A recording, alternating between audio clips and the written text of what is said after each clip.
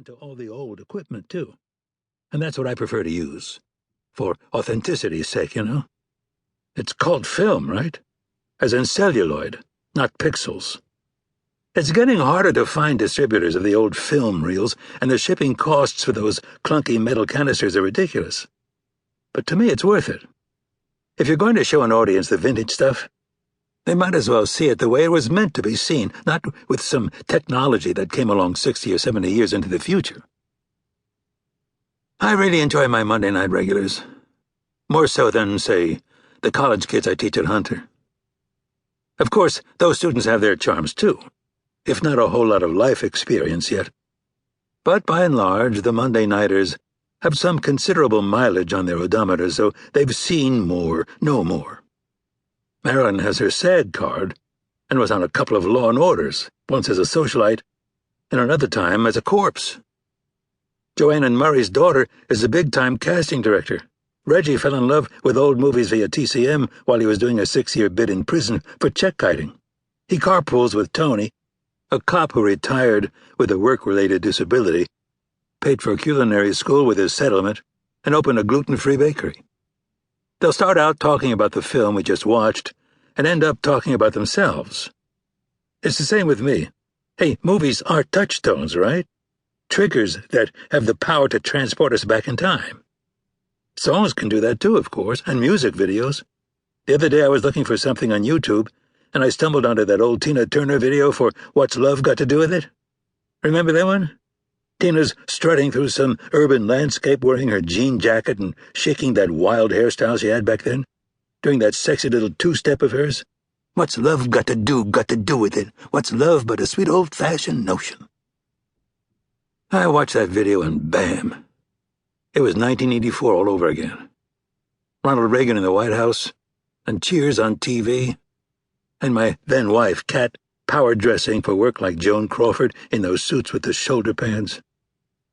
We couldn't really afford it back then. But I bought one of those big-ass camcorders.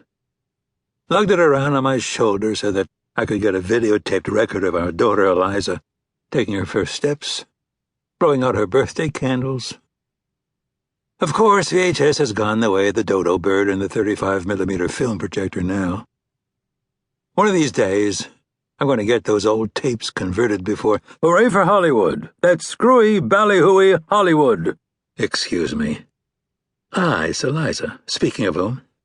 Hey there, kiddo. Hi, Daddy. Are you busy? Too busy to talk to you? Never. How's it going? Everything copacetic down there in Queens? At the apartment, yes. Although I didn't realize what a slop Jason is until he moved in.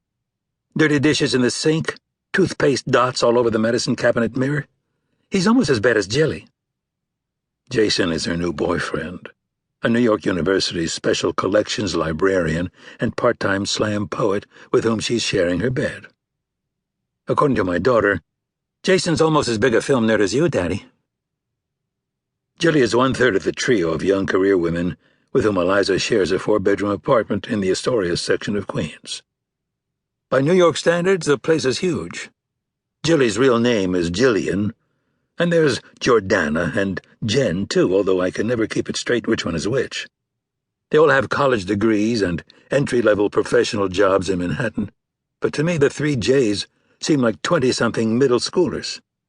They travel in a pack, check their cell phones obsessively, and giggle in unison about the guys who respond to their online dating profiles on Snapchat posts. The last time I visited Eliza, I overheard one of them tell the others that she didn't care how many pics of his meat and potatoes this one guy sent her, she was not texting him any shots of her pussy.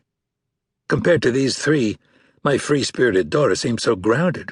She could be the house mother. Eliza told me that one of the J's, Jordana maybe? Jen? Categorizes herself as polyamorous. Because this term was new to me, I had my daughter define it. So in other words, she sleeps around a lot? I asked. Eliza shook her head. It was about non-exclusive, loving relationships, not hookups, she said. When I mentioned Mormons and sister wives, she rolled her eyes and said, no, that polyamory didn't make women subservient, it empowered them. I still didn't get it. If this is the new woman,